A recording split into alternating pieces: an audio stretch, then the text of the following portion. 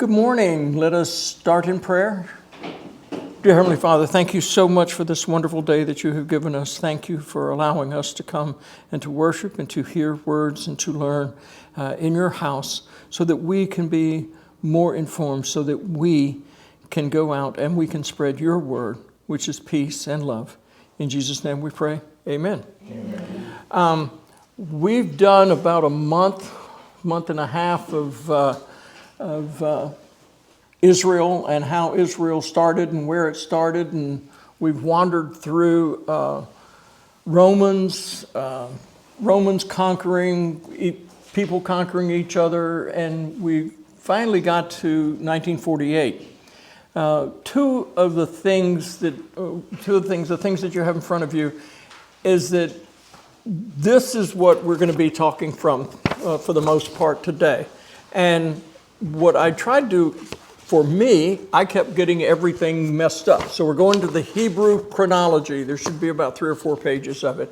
And what I kept getting confused as to which happened first. Was Abraham before Moses? Was Moses before Abraham?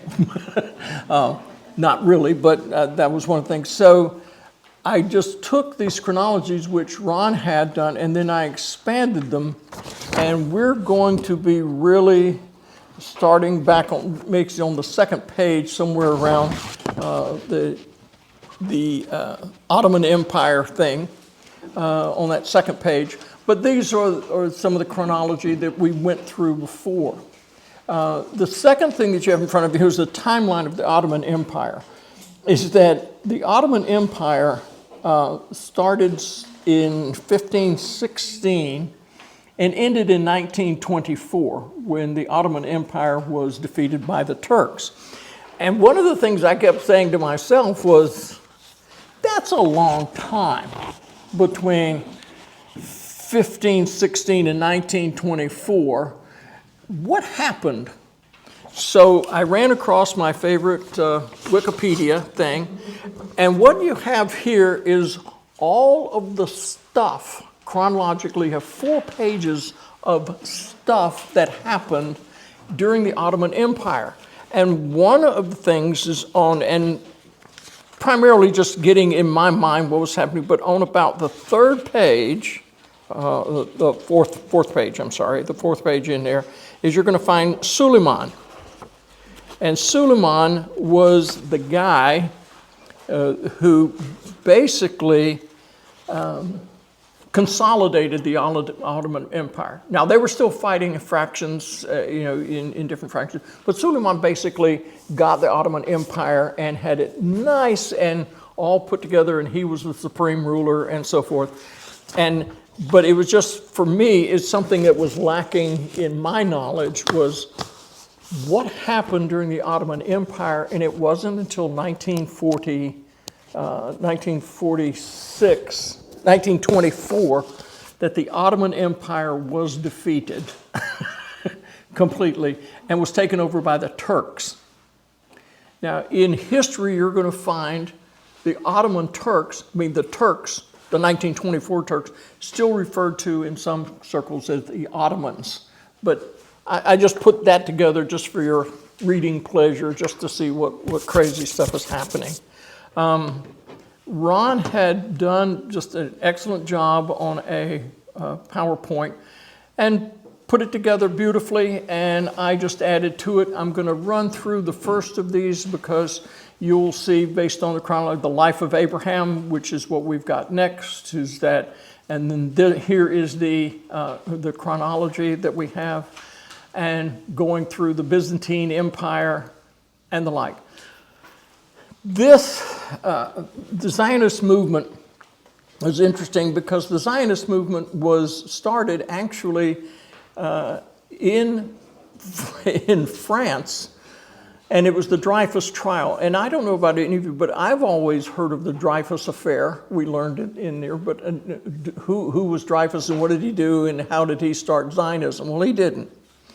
He was a Jewish guy who was accused of being a traitor.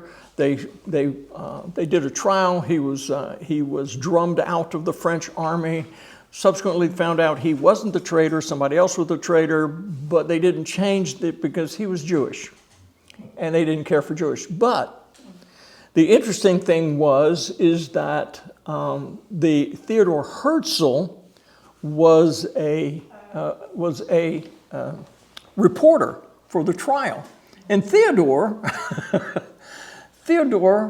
then set out to say, wait a minute, all this stuff is going on, and Israel, the Jews need a place to live. And this was in 1894.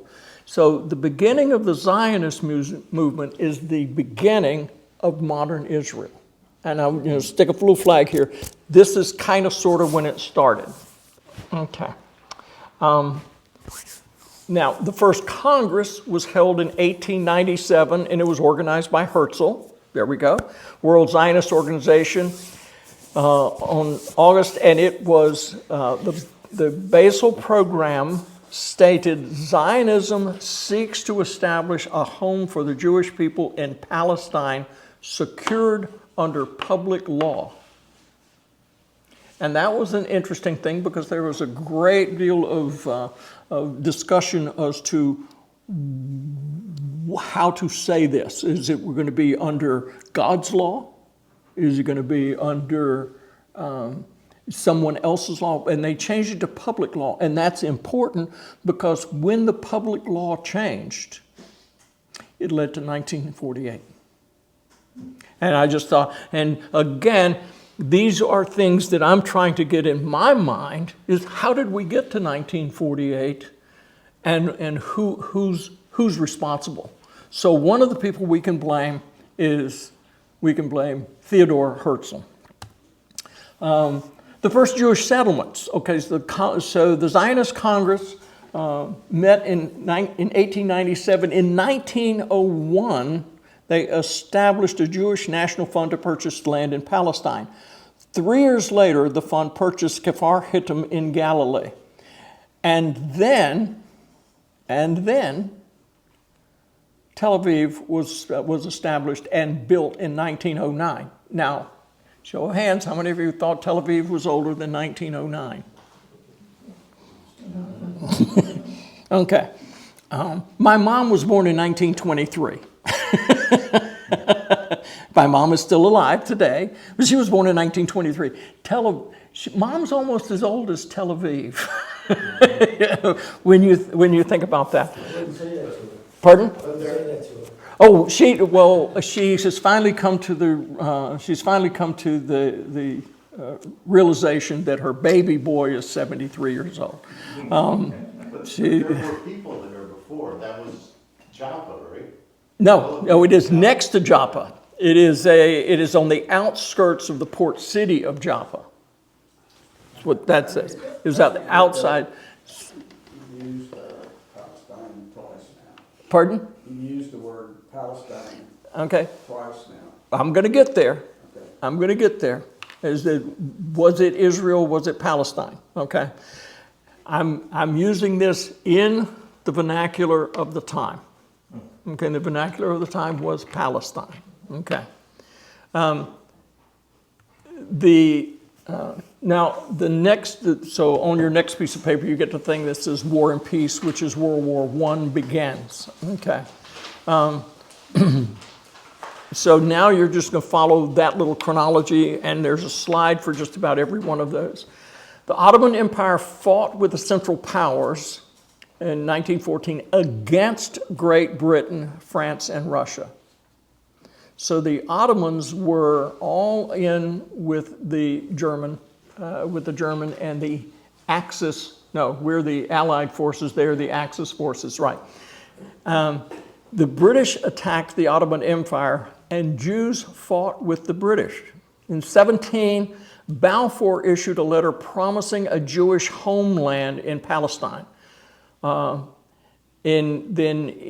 Edmund Allende entered in 1919 and promised respect all citizens, include 50,000 Jews and 500,000 Arabs.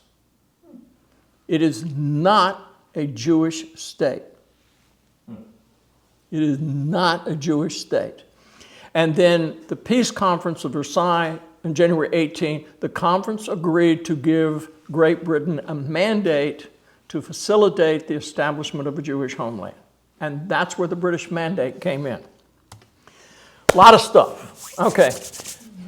Before, or just before all of that stuff, there's the McMahon-Hussein. Now, I don't expect you all to be able to read that. I am going to put this up on the website so that you'll be able to see the PowerPoint in there. The McMahon correspondence was actually letters between the Sharif of Mecca and the government of the United Kingdom. And in the correspondence, there were 10 letters, July 1915. 1915, Mom is 7 years from being, 8 years from being born. And it was between Hussein bin Ali, the Sheriff, and Lieutenant Colonel Henry. And while the military value to the Arab manpower and the local knowledge alongside, the primary reason for the arrangement was to counteract the Ottoman declaration of a holy war.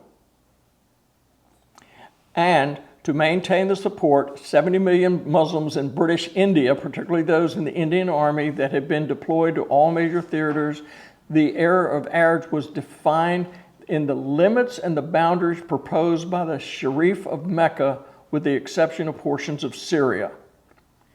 The districts of Damascus, Homs, Hama, and Aleppo, conflicting interpretation of this description, were great consummated. But these were guys who were sitting here saying, this is what we need to do in this region. And this was in 1915. And this was was the British and the British and the Arabs actually making decisions of what should happen. Jews ain't there yet. They haven't been brought to the table. The United Kingdom agrees to give them independence, Arab independence. Pardon? Say that The again. government of the United Kingdom agreed to recognize Arab independence. Absolutely. Absolutely. So this is the thread that's going through, is that some of the things that we know, as I've been reading all of this stuff, and folks, there's a lot of stuff. And I have got a whole bunch of things from Wikipedia as to how things happen. So out of this comes the Sykes-Picot Agreement in 1916. And it was a secret treaty. They're always so secret, aren't they? 1916. Yeah. The United Kingdom and France. With assent, now I've read two different things in here as to whether or not, so the United Kingdom and France put all of this together, left everybody out except the two of them, and then went to them after they had it together and said, do you agree with this or not? Okay.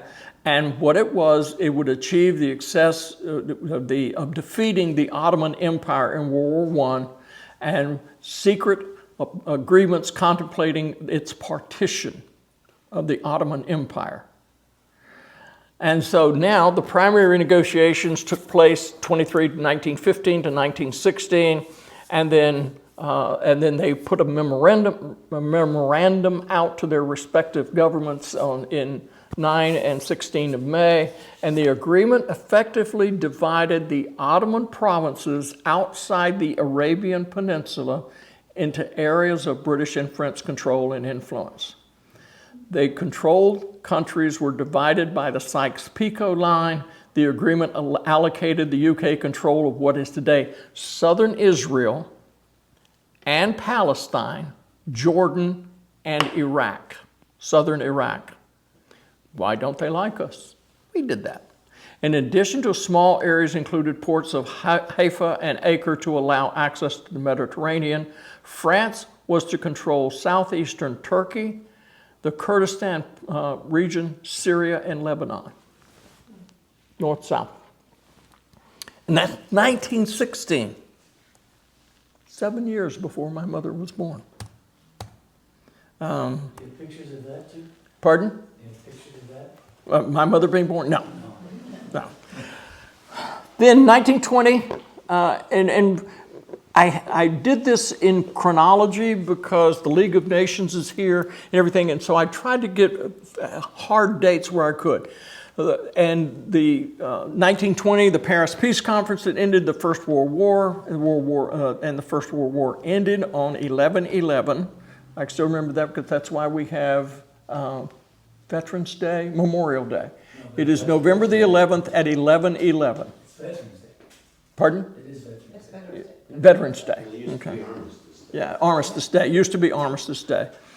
And it ended in the main organization ceased operations in 1946 when many of its components were relocated or allocated to the United Nations. As the template for modern global governance, the League profoundly shaped the world. Ta-da. Now, in mixed all of that stuff is the British Mandate, which is, pardon? No. After 4 years of British rule, the League of Nations established the British Mandate, which was really along the Sykes-Picot lines. Jews made great progress in establishing their presence in Palestine. Herbert Samuel was appointed the High Commissioner with instructions to enable the Jews to build a national homeland primarily through immigration and purchase. They immigrated and they bought, just like my Irish ancestors did. Only we weren't smart with what we bought. Other people bought good stuff. We didn't do that. They created the kibbutz movement, founded a university, and made the advance in arts and sciences. And the Arab population violently protested the increased population of Jews coming to Palestine. Okay. Any thoughts about how what we're seeing today here with immigration coming and people not caring for immigration? 1924, we had an immigration problem also. All right. 1936, the Peel Commission. Now, the Peel Commission was supposed to only study why the Arabs were upset. That was their commission. The causes of unrest in Mandatory Palestine. Now, this is the areas controlled by the French and the British. Why are they having trouble? Which was administered following an Arab general strike. The commission published a report for the first time that stated the League of Nations mandate had become unworkable and recommended partition. The British cabinet endorsed the partition plan but requested more information. 1938, the Woodhull was appointed to examine in detail and recommend an actual partition plan.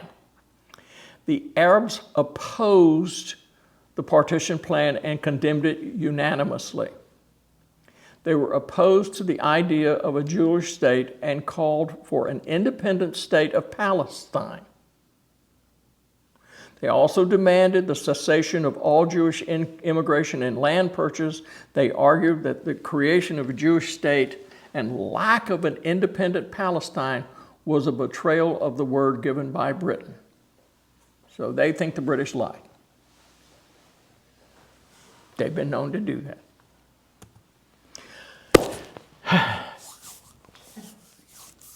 Now we get to 1933, and that was with Hitler rising, Jewish migration.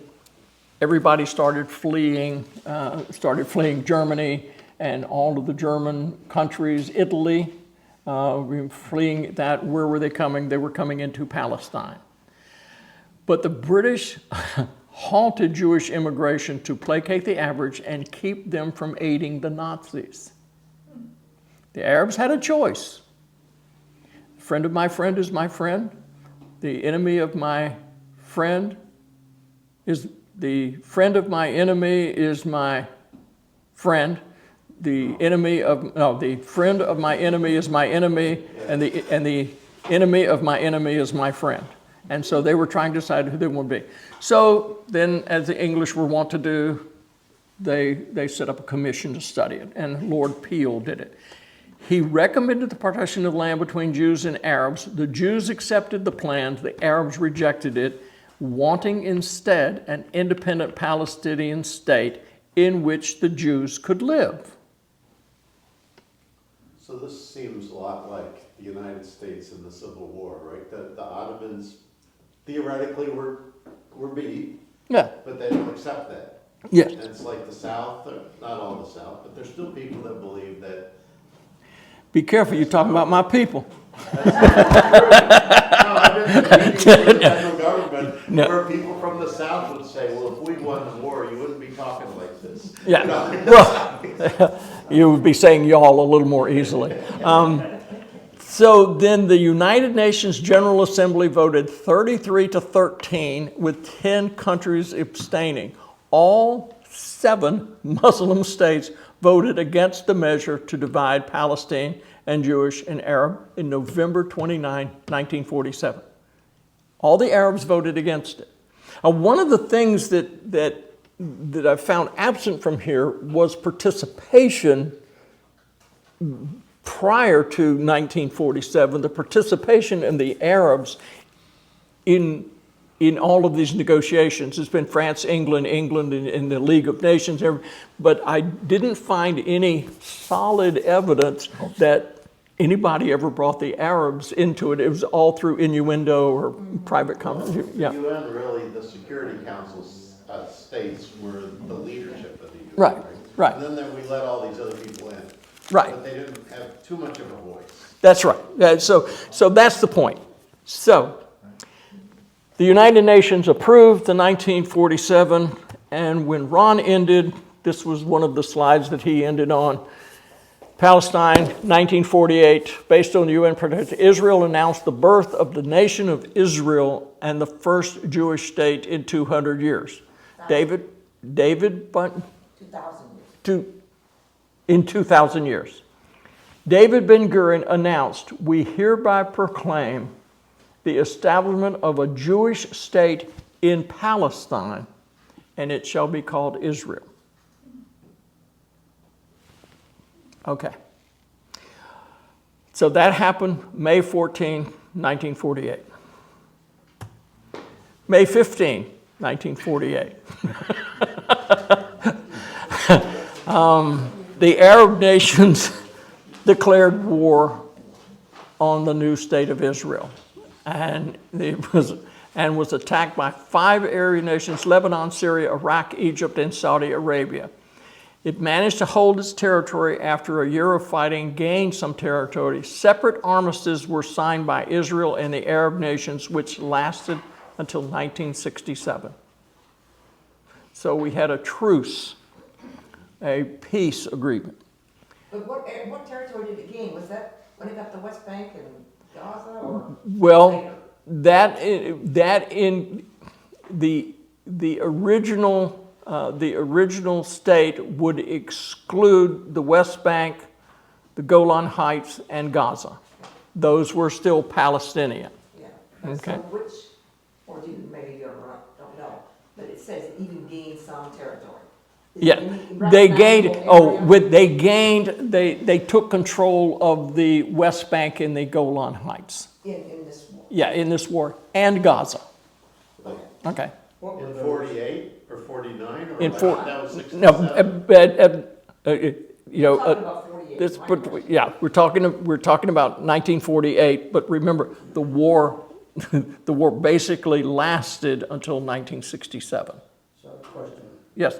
the area that is the West Bank and Gaza, at the time of that partition, what country was the West Bank in? That was under French control. It was part of Jordan. Part of Jordan. Okay. Part of Jordan. So Jordan was the ruler of that. Okay. Now. Okay. So now we've got. This Did is. they call it Palestine at that point? They. It was probably called Jordan. Yeah, Jordan eventually gave up the West Bank. They had trouble. Yeah. They just kept what they had. Yeah. Didn't you tell us it was like Jordan Palestinian or Palestinian Jordan when you showed us last week? That was when. That was the Sykes. That was the Syria Palestine, which was in 135. 135 Yeah. B That was AD. Adrian. That was Adrian. Yeah, 135 BC, AD, 135 AD. He was the one who called it Syria. So those areas, now when you look at the Ottoman Empire thing and you just look at it, those areas have always been fought over. And when you look at the things that were going on during the Crusades, I liken this area to what we had in Italy and in Greece, is you had city-states. And so Damascus was a city-state, or Jaffa was a city-state. And so these city-states had their king, their little fiefdoms and their little kings. Well, they were constantly fighting each other. And that's why you have almost 4 pages of what's happening with the Ottoman Empire, because these guys were always fighting each other. And then we come in and say, okay, you're not going to fight anymore. And they're going, okay, fine. And so in 1967... With their fingers crossed behind their back. Well, and you know where the fingers crossed came from? No. Okay, when the Christians were being persecuted in Rome, is that they wanted to make the sign of the cross, and they couldn't, because if they made the sign of the cross, then they could be persecuted. However, you could put your fingers behind your back and cross them, and that was the sign of the cross, and that's where that comes from. Fun fact. Font of useless information, I can assure you. And so it has gone from being an emblem, sign of integrity, to one of two-facedness. As I to... say one thing, I mean something else. Yeah, in my finger, yes. So that it's very interesting that how that comes about. What amazes is when the Christians did that, they were saying they were not Christians and they really were. Right. Yeah. I know, and now it, So they were trying to negate it. They were negating a falsehood. okay. All right. So now I got to my next group of slides, which you all have in front of you. It's called War and Peace. Because yeah, and we're now in 1949. Okay, we've gone from 1948, we've gone to 1949, and now we start looking at all the things. These are all the things that we have done under peace agreements or truces. All the things that we have done or have been done to us in there. Okay, 1949, armistice agreements. I'll go next to, and then we've got 2 pages of that, and we're going to start with the armistice agreements. Egypt, Lebanon, Jordan, and Syria formally ended official hostilities in 1949 for the 1948 war, and established armistice lines between Israel and Jordanian Iraqi forces known as the Green Line, and that will come up, the Green Line. Iraq did not conclude an agreement since it did not have a common border with Israel. So we don't have to. I ain't got a dog in the fight. I'm not gonna get a rabies tag. It's just there it is.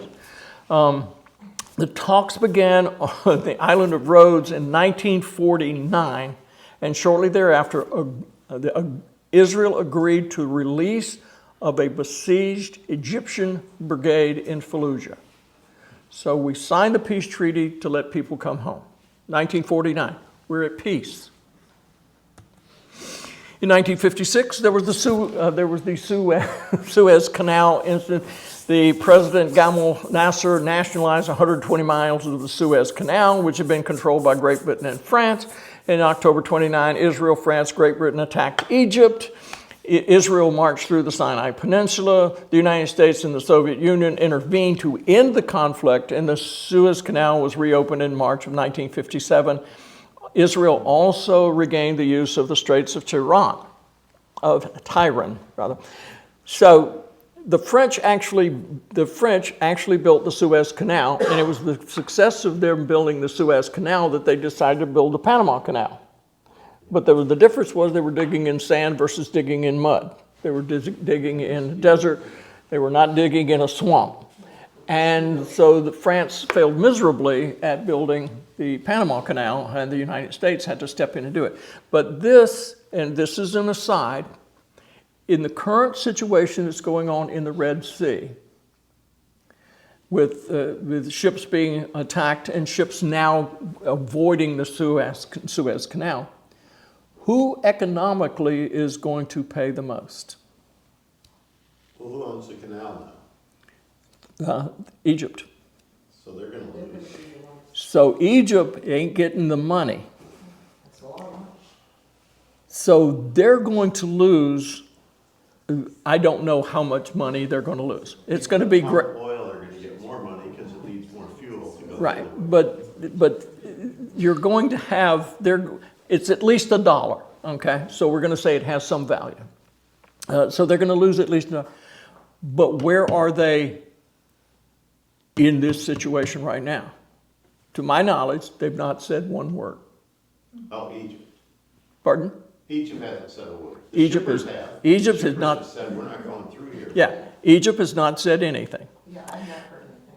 Yeah, not heard anything from Egypt yet, and yet Egypt is the one, but Egypt may not want to get involved because that's their neighbor. It's easier to let, Yemen is the other side of the Red Sea is Egypt from Yemen. And so they're probably, because I got to live with them. This is like fighting with your mama-in-law. You ain't going to win. Who lives across the street from you? Yeah. And when they tried to have a peace treaty with Israel, the president or whatever got killed, right? Assassinated. Well, Yeah. we're going to come to that. We're going to come to that. So, 1956. Then the other thing that happened in 1964. The PLO was organized, and its purpose was the liberation of Palestine. From whom? Apparently not from the Arabs. The Israelites, okay? It recognized the legitimate representative of Palestine by 100 states in 1974. So from 64 for 10 years, it was not done anything. It was a terrorist organization by the U.S. and UN until the Madrid Conference. We will get to the Madrid Conference in 1991-93, agreed to a UN resolution concerning Palestine. It would recognize Israel's right to exist and to reject violence and terrorism. Israel, in turn, recognized the PLO as official that's a typo, as a representative of the Palestinian people. The PLO is still the representative of Palestine people. Mahmoud Abbas is replaced Yasser Arafat as the president after Arafat's death in 2004. Okay, so now we got the PLO up there, and they have recognized Israel's right to exist. Ta-da! So far, everybody has said Israel is supposed to exist. We maybe disagree with how many people should come in. Some we disagree with lines on the sand, but we agree. However, then a guy by the name of Allon that outlined a potential text for the Israel after the '67 war, and it secure territory following Israel's seizure of the territory from Syria, Jordan, and Egypt. And the Israel military had come to occupy the Golan Heights, the Jordan West Bank, whoever asked that question, and the Egyptian occupied Gaza Strip, and Egypt's Sinai Peninsula. Allon advocating partitioning the West Bank between Israel and Jordan, the creation of sovereign state for Druze, which is a separate sect I just found out about years ago. And it was all remaining parts of the West Bank containing the majority of Palestinians were returned to Jordan, connected to the country through Jericho, reorganized as Palestine autonomous territory. However, the plan was rejected by the Jordanian king Hussein. Now, that was a bunch of, kind of a little mess there. Can you break it down simple what the plan was? The plan was basically that we're going to go back to the original Green Line, giving Golan Heights and West Bank and Gaza back to everyone.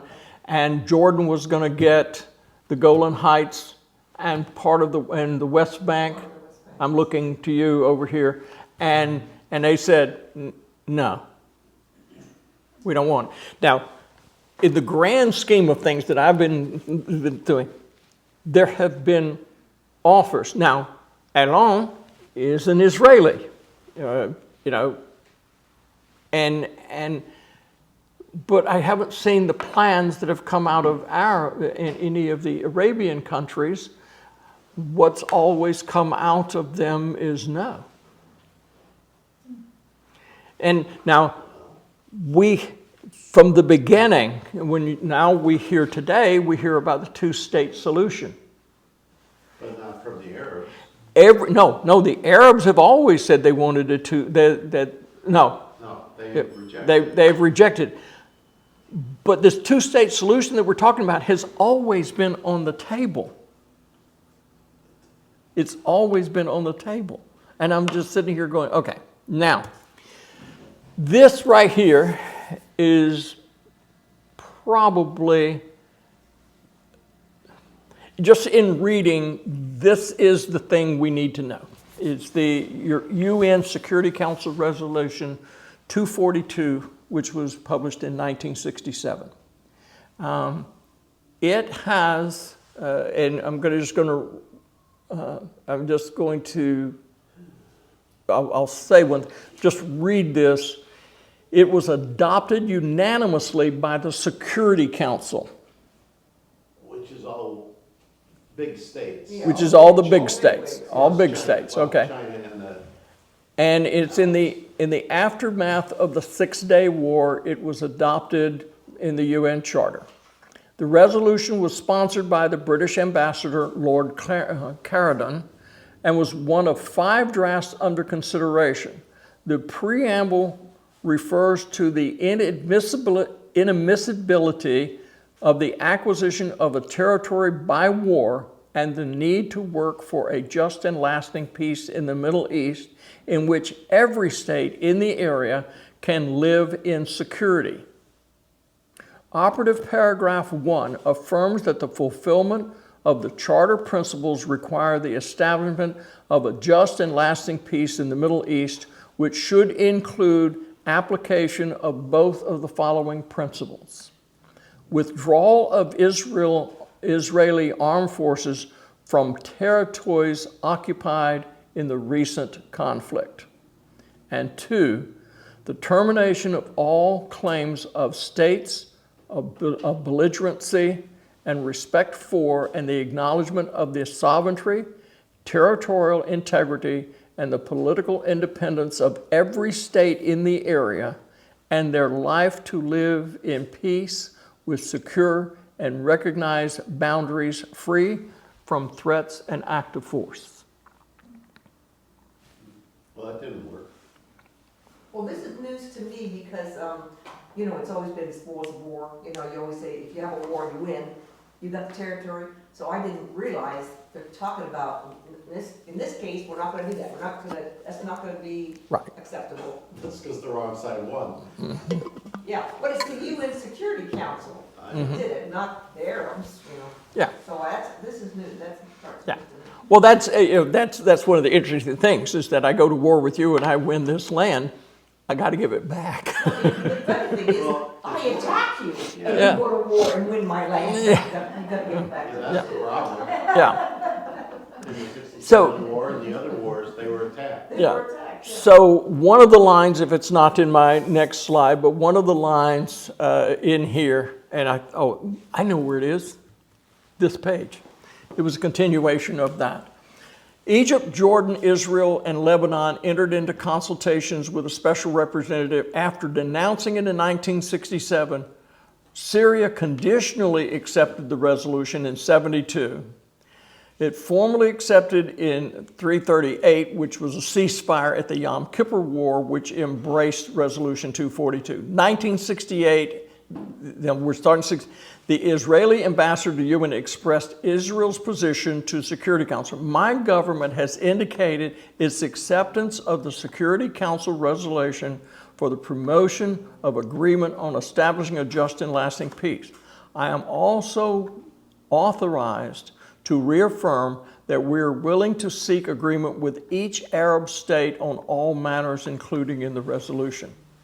So were they accepting, I don't get, They, were they, they accepting that they had to give back the land? they were accepting they accepting they would talk to people individually. It's one of the most widely affirmed resolutions on the Arab-Israeli conflict and formed the basis for later negotiation between the parties. This led to peace treaties between Israel and Egypt in 1979, Jordan in 1994, as well as the 1993 and 1995 agreements with the Palestinians. So in looking at the grand scheme of things, the Security Council Resolution 242, and with its subsequent, which I didn't include in this, 338,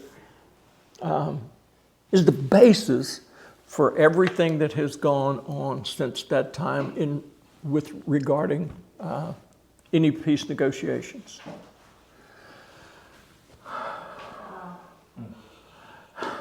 Now, we've just. What we've really heard is that the Arabs never have accepted this, not from the beginning. They don't accept that Egypt, or that Israel is an independent state. Right. Allowed to be Right. there. Right. Now, individually, they have, Egypt and Jordan agreed. yeah, individually they have agreed, Some but, leaders. Yeah. I don't think all Yeah. the people have. Oh, That's why right, they kill each other. right. Well, The we'll, US don't agree on it. yeah, But we don't typically, Well- at least not for quite a few years, Yeah. have we assassinated. well, we're going to get to some of that stuff. I'm going to do this because the next thing is the 6-Day War of 1967. But I'm going to stop at the Security Council of 1967 so that we all leave knowing that everybody wants to play nice in the sandbox.